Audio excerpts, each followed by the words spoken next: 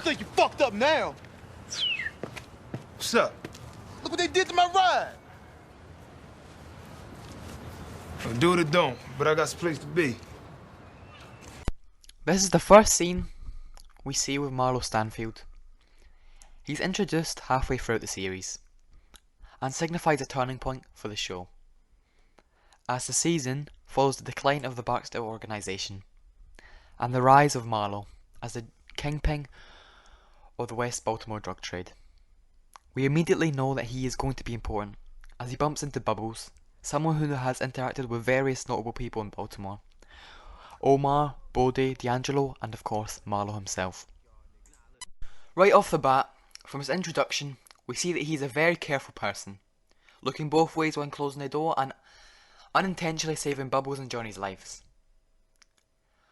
Probably the best way to introduce Marlo, as he does show a lack of any emotion in the way he talks, and a kind of subtle way to introduce your villain, as prior to this there is no reference to Marlo or anybody in his organisation. It is very likely that while McNulty and the police were focusing on Barksdale and Stringer Bell, Marlo was taking over corners building his organisation. Like many great villains, whenever Marlo is on screen, there's an uneasiness to it, as despite his calm demeanour, whenever he talks to his people, the look on their face is a look of pure fear.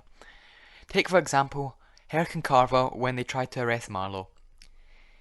He showed no fear or nervousness, even signalling his people to grab a hidden baseball bat. We also see the fear that other police officers have, as when talking to Kima, Vernon says this: Marlo Stanfield, aka Black. The boy's a spawn of the devil, Kima. I see. Marlo is cold, calculated, ruthless, and shows a lack of respect for others.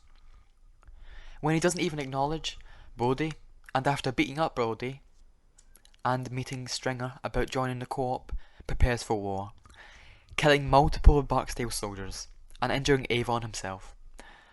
One of the best scenes that really solidifies Marlo as the spawn of the devil is what he does to Devon.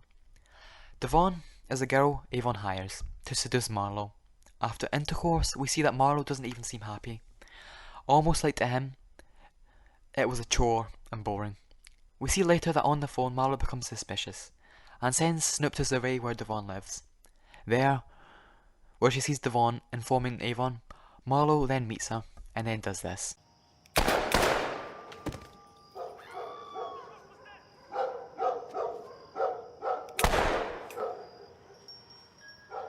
This moment alone solidifies Marlo as an incredibly cold-blooded, ruthless, inhumane villain, as it so shows that Marlo is willing to do whatever to gain control of the West Baltimore drug trade.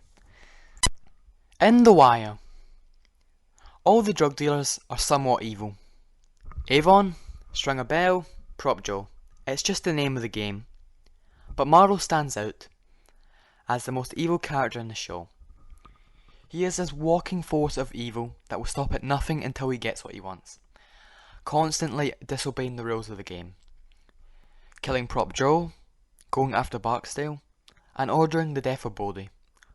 Marlo is this inevitable Machiavellian chaos who will destroy the way the game is meant to be played. He represents the younger, more aggressive generation. As Slim Charles says, game's the same, just got more fierce.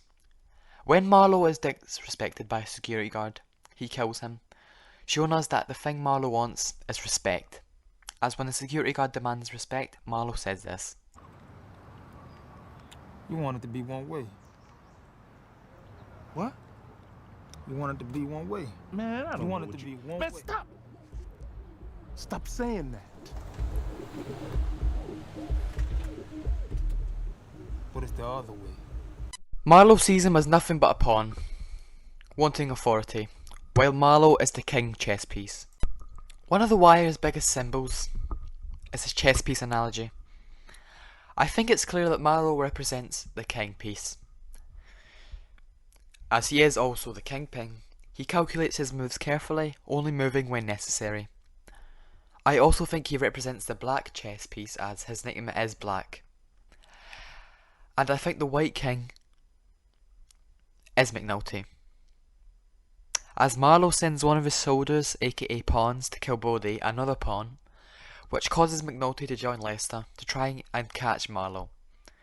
Now I think McNulty is the white piece because obviously Marlo is black and McNulty is white, but also in chess a king cannot take a king. And in the show, McNulty never meets Marlo Stanfield face to face. He only sees a picture of him, much like how the king in chess can only see the other side of the board. Marlo wants to be seen as the kingpin of Baltimore. He wants the respect. He demands respect. But that's also his weakness. He killed a security guard out of pettiness.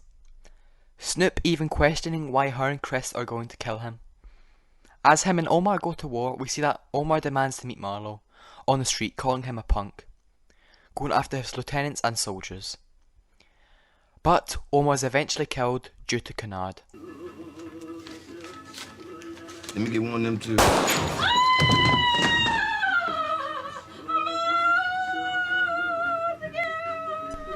One of the biggest reasons Marlo stands out compared to his counterparts in The Wire is the performance from Jaime Hector.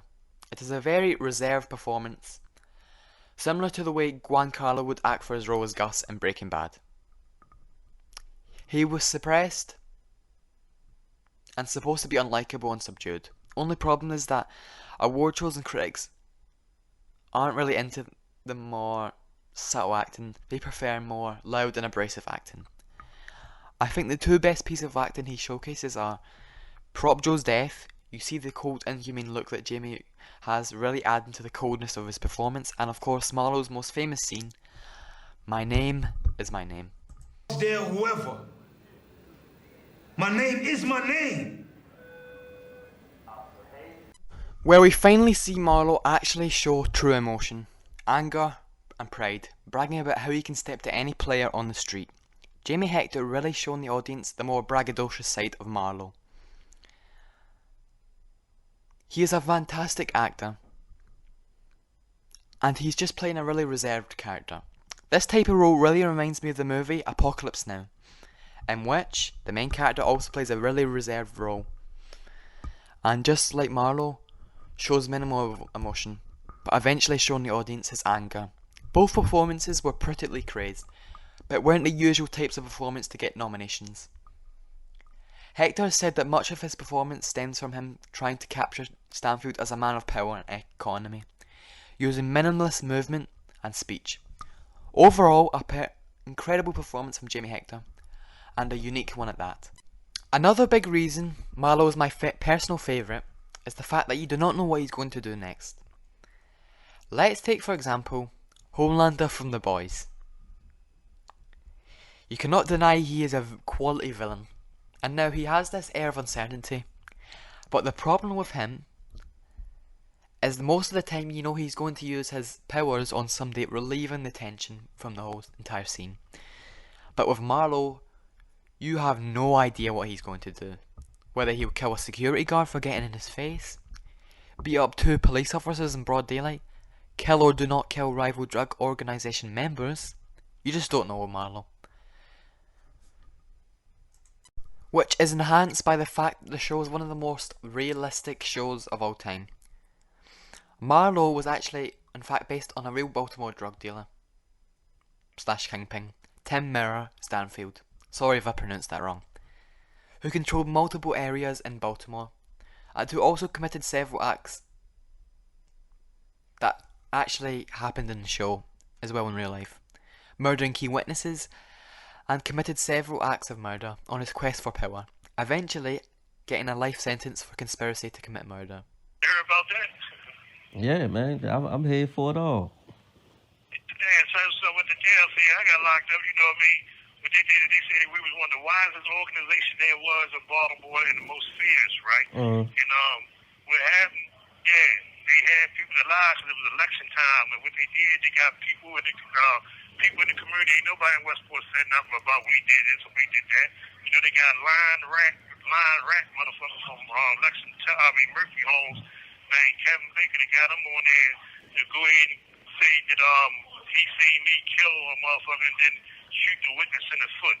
You know, So I say, come on, man, who want to believe some shit like this? I'm gonna kill who they say I am, why I'm gonna shoot him off, kill him and shoot him in the foot, Right. and let him live and go around saying all that, and this motherfucker was living for 34 years. I was the person they said I was, he wouldn't be around. Right.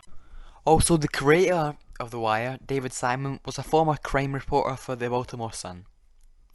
This fact only enhances Marlo as a villain, due to his realism compared to other villains in other TV shows, making Marlo even more terrifying, knowing that there were and still are people out there like that. My final point of this video is Marlo's need for respect and subsequent fall of the Stanfield organisation. Marlo's one key goal is the need for street rep, something he eventually has.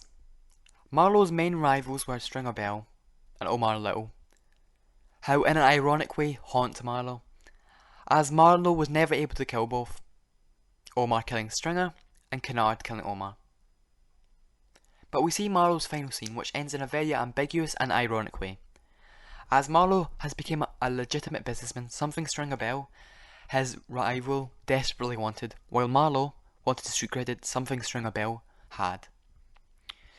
We see Marlo walk across the street, and people are still talking about how Omar died, while Marlo goes over to these thugs and says, "Do you know who I am?" prompting them to respond, "Do you know who I am?" resulting in a fight where Marlo scares him off, but in return is slashed. And then for the first time in the season, he genuinely laughs at the fact that nobody cares or knows who he is, making Marlo's whole story end the way it started, with nobody and the audience knowing who he is. Overall, Marlo Stanfield is a terrifying and incredible villain, who elevated The Wire to another level of greatness, and in my opinion, is TV's greatest villain. What the fuck you know about what I did on my mom, motherfucker? My name is Will Street. Look out for this shit. I'm gonna go down in the corner and let the people know. Word is not back to me. Let them know Marlo's just any motherfucker, Omar, Bob, whoever. My name is my name.